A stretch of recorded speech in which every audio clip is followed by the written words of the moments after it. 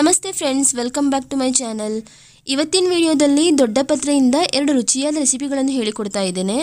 ನಾನಿವತ್ತು ತೋರಿಸ್ತಾ ಇರುವ ರೀತಿ ದೊಡ್ಡ ಪತ್ರೆಯಿಂದ ಅಡಿಗೆಯನ್ನು ಮಾಡಿಕೊಂಡ್ರೆ ಅನ್ನ ಸ್ವಲ್ಪ ಜಾಸ್ತಿನೇ ಖಾಲಿ ಆಗ್ತದೆ. ದೊಡ್ಡ ಪತ್ರೆಯಿಂದ ಮಾಡಿದ್ದು ಅಂತೇಳಿ ಸ್ವಲ್ಪನೂ ಕೂಡ ಗೊತ್ತಾಗೋದಿಲ್ಲ. ಟೇಸ್ಟ್ ಮಾತ್ರ ಸಖತ್ತಾಗಿರ್ತದೆ. ನೀವಿಲ್ಲಿ ನೋಡ್ತಾ ಇರ್ಬೋದು ಎಷ್ಟು ಚೆನ್ನಾಗಿ ದೊಡ್ಡ ಪತ್ರೆ ಬೆಳೆದಿದೆ ಅಂತೇಳಿ. ನಾನು ಇವತ್ತಿನ ಅಡಿಗೆ ಮಾಡಲಿಕ್ಕೆ ಸಾಧಾರಣ 30 ಎಲೆಗಳನ್ನು ತಗೊಂಡಿದ್ದೇನೆ. ಮೊದಲಿಗೆ ಈ ಎಲೆಗಳನ್ನು ಚೆನ್ನಾಗಿ ತೊಳ್ಕೊಳ್ಬೇಕು ನೀರಲ್ಲಿ. ನಾನಿಲ್ಲಿ ಒಂದೊಂದೇ ಎಲೆಗಳನ್ನು ನೀಟಾಗಿ ಕ್ಲೀನ್ ಮಾಡ್ತಾ ಇದ್ದೇನೆ. ಇದು ಮನೆಯಲ್ಲಿ ಬೆಳೆದದ್ದೇ ಆದರೂ ಕೂಡ ಧೂಳು ಕೊಳೆ ಎಲ್ಲ ಎಲೆಗೆನೆ ಮೆತ್ಕೊಂಡಿರ್ತದಲ್ವ, ಹಾಗಾಗಿ ಈ ರೀತಿ ಒಂದೊಂದೇ ಎಲೆಗಳನ್ನು ಉಜ್ಜಿ ಕ್ಲೀನ್ ಮಾಡಿಕೊಂಡ್ರೆ ಒಳ್ಳೆಯದು. ನಂತರ ಇದನ್ನು ಎಷ್ಟು ಚಿಕ್ಕದಾಗಿ ಕಟ್ ಮಾಡ್ಕೊಳ್ಳಿಕ್ಕೆ ಸಾಧ್ಯ ಆಗ್ತದೆ ಅಷ್ಟು ಚಿಕ್ಕದಾಗಿ ಕಟ್ ಮಾಡ್ಕೊಳ್ಬೇಕು. ನಾನಿಲ್ಲಿ ಈ ದೊಡ್ಡ ಪತ್ರೆಯಿಂದ 2 ರೆಸಿಪಿಯನ್ನು ಮಾಡ್ತಾ ಇರೋದ್ರಿಂದ ಇದರಲ್ಲಿ ಅರ್ಧ ಭಾಗವನ್ನು ಮಾತ್ರ ಚಿಕ್ಕದಾಗಿ ಕಟ್ ಮಾಡ್ಕೊಂಡಿದ್ದೇನೆ. ಈ ಉಳಿದ ಎಲೆ ಏನಿದೆಯಲ್ವಾ ಅದು ಸದ್ಯಕ್ಕೆ ಹಾಗೇ ಇರಲಿ, ಆಮೇಲೆ ಇದರಿಂದ ಬೇರೆ ರೆಸಿಪಿಯನ್ನು ಮಾಡ್ಕೊಳ್ತೇನೆ.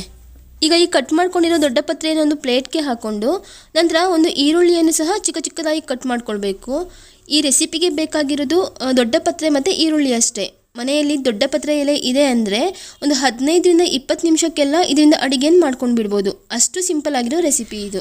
ಹಾಗೆಯೇ ನಾನಿಲ್ಲಿ ಖಾರಕ್ಕಂತೇಳಿ 4 ಹಸಿಮೆಣಸಿನ್ಕಾಯನ್ನು ಸಹ ಕಟ್ ಮಾಡಿ ಇಟ್ಕೊಂಡಿದ್ದೇನೆ. ಮತ್ತು ಇದಕ್ಕೆ ತುಂಬ ಮುಖ್ಯವಾಗಿ ಬೇಕಾಗಿರೋದು ಅಂತಂದರೆ ಹುಣಸೆ ಹುಳಿ ನೆನೆಸಿಟ್ಟಿರುವ ನೀರು. ನಾನಿಲ್ಲಿ ಒಂದು ಗೋಲಿಗಾತ್ರದ ಹುಣಸೆ ಹಣ್ಣನ್ನು ನೀರಲ್ಲಿ ನೆನೆಸಿಟ್ಕೊಂಡಿದ್ದೇನೆ. ಇಷ್ಟ ರೆಡಿ ಮಾಡ್ಕೊಂಡ ನಂತರ ಈಗ ಒಂದು ಬಾಣಲೆಗೆ 1 ಸ್ಪೂನ್ ಆಗುವಷ್ಟು ಎಣ್ಣೆಯನ್ನು ಹಾಕಿ ಅದು ಬಿಸಿಯಾದ ನಂತರ ಸ್ವಲ್ಪ ಸಾಸಿವೆ ಮತ್ತು ಇಂಗನ್ನು ಹಾಕಿ ಒಗ್ಗರಣೆಯನ್ನು ಮಾಡ್ಕೊಳ್ಬೇಕು. ನಿಮ್ಮ ಹತ್ರ ಕರಿಬೇವಿನ ಸೊಪ್ಪಿದ್ರೆ ಅದನ್ನು ಸಹ ಹಾಕ್ಕೊಳ್ಳಿ. ಸಾಸಿವೆ ಸ್ವಲ್ಪ ಚಟಪಟ ಅಂತೇಳಿ ಹೇಳಿದ ನಂತರ ಈಗ ಇದಕ್ಕೆ ಕಟ್ ಮಾಡಿಟ್ಟಿರುವ ಈರುಳ್ಳಿ ಆಮೇಲೆ ಹಸಿಮೆಣಸಿನ್ಕಾಯನ್ನು ಹಾಕಿ ಫ್ರೈ ಮಾಡ್ಕೊಳ್ಬೇಕು. ಈ ಈರುಳ್ಳಿಯನ್ನು ಸ್ವಲ್ಪ ಕೆಂಪಗೆ ಫ್ರೈ ಮಾಡಿಕೊಂಡ್ರೆ ಟೇಸ್ಟ್ ಚೆನ್ನಾಗಿರ್ತದೆ. ನಂತರ ಇದಕ್ಕೆ ಕಟ್ ಮಾಡಿಟ್ಟಿರುವ ದೊಡ್ಡ ಪತ್ರೆಯನ್ನು ಹಾಕಿ ಇದನ್ನು ಸಹ ಇದರ ಹಸಿ ವಾಸನೆ ಹೋಗುವವರೆಗೆ ಚೆನ್ನಾಗಿ ಫ್ರೈ ಮಾಡ್ಕೊಳ್ಬೇಕಾಗ್ತದೆ. ಸಾಮಾನ್ಯವಾಗಿ ದೊಡ್ಡ ಪತ್ರೆಯನ್ನು ಫ್ರೈ ಮಾಡಲಿಕ್ಕೆ ತುಪ್ಪವನ್ನು ಬಳಸ್ತಾರೆ. ನಿಮಗೆ ಒಂದು ವೇಳೆ ತುಪ್ಪದ ಫ್ಲೇವರ್ ಇಷ್ಟ ಆಗ್ತದೆ ಅಂತಂದರೆ ಒಗ್ಗರಣೆಗೆ ಎಣ್ಣೆ ಬದಲು ತುಪ್ಪವನ್ನೇ ಹಾಕ್ಕೊಂಡು ಒಗ್ಗರಣೆಯನ್ನು ಮಾಡ್ಕೊಳ್ಳಿ. ಈಗ ನಾನಿಲ್ಲಿ ಇದನ್ನು ಫ್ರೈ ಮಾಡ್ಕೊಳ್ಳುವ ಟೈಮಲ್ಲೇ 1 ಸ್ಪೂನ್ ಆಗುವಷ್ಟು ಕರಿಬೇವಿನ ಸೊಪ್ಪಿನ ಪುಡಿ, ಆಮೇಲೆ ರುಚಿಗೆ ಬೇಕಾಗಿರುವಷ್ಟು ಉಪ್ಪು, ಒಂದು 1/4 ಸ್ಪೂನ್ ಆಗುವಷ್ಟು ಅರಶಿನ, ಹಾಗೆಯೇ ಒಂದು ಚಿಕ್ಕ ತುಂಡಾಗುವಷ್ಟು ಬೆಲ್ಲವನ್ನು ಸಹ ಹಾಕ್ಕೊಂಡಿದ್ದೇನೆ. ನಾನಿಲ್ಲಿ ಒಗ್ಗರಣೆಗೆ ಕರಿಬೇವು ಸೊಪ್ಪನ್ನು ಹಾಕಿರಲಿಲ್ಲ ಅಲ್ವಾ, ಹಾಗಾಗಿ ಈಗ ಕರಿಬೇವಿನ ಪುಡಿಯನ್ನು ಹಾಕ್ಕೊಂಡಿದ್ದೇನೆ ಅಷ್ಟೇ. ಕರಿಬೇವಿನ ಸೊಪ್ಪು ಜಾಸ್ತಿ ಇದ್ದರೆ ಅದನ್ನು ಫ್ರೈ ಮಾಡಿ ಮಿಕ್ಸಿಯಲ್ಲಿ ಪುಡಿ ಮಾಡಿ ಒಂದು ಏರ್ಟೈಟ್ ಡಬ್ಬದಲ್ಲಿ ಹಾಕಿಟ್ಕೊಂಡ್ರೆ ನಿಮಗೆ ಬೇಕಾದಾಗ ಅಡುಗೆಯಲ್ಲಿ ಯೂಸ್ ಮಾಡ್ಕೊಳ್ಬೋದು. ಈಗ ಇದಕ್ಕೆ ಹುಣಸೆ ಹುಳಿ ನೆನೆಸಿಟ್ಟಿರುವ ನೀರನ್ನು ಹಾಕ್ಕೊಳ್ಬೇಕು. ಇವತ್ತು ನಾನು ಮಾಡ್ತಾ ಇರೋದು ದೊಡ್ಡ ಪತ್ರೆ ಎಲೆಯ ರಸಂ, ಆದರೆ ಇದಕ್ಕೆ ಯಾವುದೇ ರೀತಿಯ ರಸಂ ಪೌಡ್ರನ್ನಾಗಲಿ ಅಥವಾ ಬೇಳೆಯನ್ನಾಗಲಿ ಹಾಕ್ಕೊಳ್ತಾ ಇಲ್ಲ.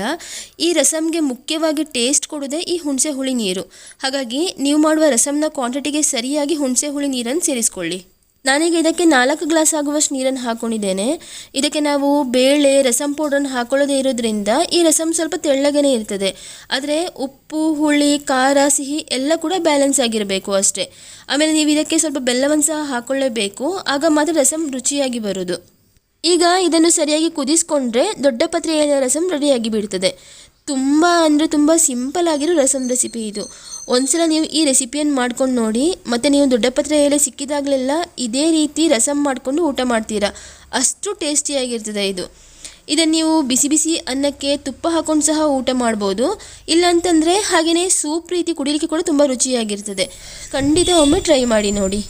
ನೆಕ್ಸ್ಟ್ ಈಗ ಇನ್ನು ಉಳಿದಿರೋ ದೊಡ್ಡ ಪತ್ರೆಯಿಂದ ಇನ್ನೊಂದು ರೆಸಿಪಿಯನ್ನು ಮಾಡುವ ಅಂಥೇಳಿ ಮೊದಲಿಗೆ ಒಂದು ಬಾಣಲೆಗೆ 1 ಸ್ಪೂನ್ ಆಗುವಷ್ಟು ತುಪ್ಪವನ್ನು ಹಾಕ್ಕೊಂಡಿದ್ದೇನೆ. ಈ ತುಪ್ಪ ಸ್ವಲ್ಪ ಬಿಸಿಯಾಗ್ತಾ ಇದ್ದ ಹಾಗೆಯೇ 1 ಸ್ಪೂನ್ ಆಗುವಷ್ಟು ಜೀರಿಗೆಯನ್ನು ಹಾಕ್ಕೊಂಡು ಫ್ರೈ ಮಾಡ್ಕೊಳ್ಬೇಕು. ನೀವಿಲ್ಲಿ ತುಪ್ಪದ ಬದಲು ಎಣ್ಣೆಯನ್ನು ಸಹ ಬಳಸ್ಕೊಳ್ಬೋದು. ಈ ಜೀರಿಗೆದ್ದು ಸ್ವಲ್ಪ ಕಲರ್ ಚೇಂಜ್ ಆಗ್ತಾ ಇದ್ದ ಹಾಗೆಯೇ ನಾವು ಆವಾಗಲೇ ತೊಳೆದಿಟ್ಟಿರುವ ದೊಡ್ಡ ಪತ್ರೆಯನ್ನು ಹಾಕ್ಕೊಂಡು ಇದನ್ನು ಕೂಡ ಫ್ರೈ ಮಾಡ್ಕೊಳ್ಬೇಕು. ಆಮೇಲೆ ಇದಕ್ಕೆ ಖಾರಕ್ಕಂತೇಳಿ 2 ಹಸಿಮೆಣಸಿನ್ಕಾಯನ್ನು ಸಹ ಹಾಕ್ಕೊಂಡಿದ್ದೇನೆ. ಈಗ ಈ ಎಲೆಯ ಹಸಿ ವಾಸನೆ ಎಲ್ಲ ಹೋಗುವವರೆಗೆ ಚೆನ್ನಾಗಿ ಫ್ರೈ ಮಾಡ್ಕೊಳ್ಬೇಕಾಗ್ತದೆ ಇದನ್ನು. ಇದು ಪೂರ್ತಿಯಾಗಿ ತಣ್ಣಗಾದ ನಂತರ ಒಂದು ಮಿಕ್ಸಿ ಜಾರಿಗೆ ಹಾಕಿ ಇದಕ್ಕೆ 1 ಮುಷ್ಟಿ ಆಗುವಷ್ಟು ತೆಂಗಿನಕಾಯಿ ಹೋಳು ಮತ್ತು ರುಚಿಗೆ ಬೇಕಾಗಿರುವಷ್ಟು ಉಪ್ಪನ್ನು ಸಹ ಹಾಕಿ ಒಮ್ಮೆ ಹಾಗೆಯೇ ರುಬ್ಕೊಳ್ಬೇಕು. ನಂತರ 3/4 ಕಪ್ ಆಗುವಷ್ಟು ಸ್ವಲ್ಪ ಹುಳಿ ಇರುವ ಮಜ್ಜಿಗೆಯನ್ನು ಇದಕ್ಕೆ ಹಾಕ್ಕೊಂಡು ಮತ್ತೆ ರುಬ್ಕೊಳ್ಬೇಕಾಗ್ತದೆ. ಇವತ್ತು ನಾನಿಲ್ಲಿ ಮಾಡ್ತಾ ಇರೋದು ದೊಡ್ಡ ಪತ್ರೆ ಎಲೆಯ ತಂಬುಳಿ. ಈ ತಂಬುಳಿಗೆ ಸ್ವಲ್ಪ ಹುಳಿ ಇರುವ ಮಜ್ಜಿಗೆನೇ ಮುಖ್ಯವಾಗಿ ಬೇಕಾಗಿರೋದು. ನೀವಿಲ್ಲಿ ಮಜ್ಜಿಗೆ ಬದಲು ಸ್ವಲ್ಪ ಹುಳಿ ಇರುವ ಮೊಸರನ್ನು ಸಹ ಹಾಕ್ಕೊಳ್ಬೋದು. ನಂತರ ಇದನ್ನೊಂದು ಪಾತ್ರೆಗೆ ಹಾಕಿ ನೀರು ಹಾಕ್ಕೊಂಡು ಸ್ವಲ್ಪ ತೆಳ್ಳಗೆ ಮಾಡ್ಕೊಳ್ಬೇಕು. ಸಾಮಾನ್ಯವಾಗಿ ತಂಬುಳಿ ಹೇಳಿದರೆ ಸ್ವಲ್ಪ ತೆಳ್ಳಗೇ ಇರ್ತದೆ.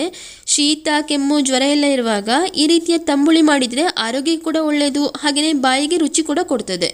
ಈಗ ಲಾಸ್ಟಿಗೆ ಇದಕ್ಕೊಂದು ತುಪ್ಪದ ಒಗ್ಗರಣೆನ ಕೊಡಬೇಕು.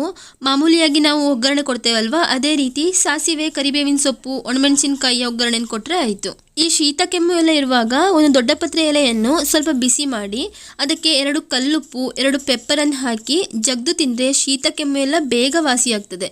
ಹಾಗೆಯೇ ಮಕ್ಕಳಿಗೆ ದೊಡ್ಡ ಪತ್ರೆ ಎಲೆಯ ರಸಕ್ಕೆ ಜೇನುತುಪ್ಪ ಹಾಕಿ ಕೊಟ್ಟರೆ ಅವರ ಶೀತ ಕೆಮ್ಮು ಕೂಡ ಕಮ್ಮಿ ಆಗ್ತದೆ.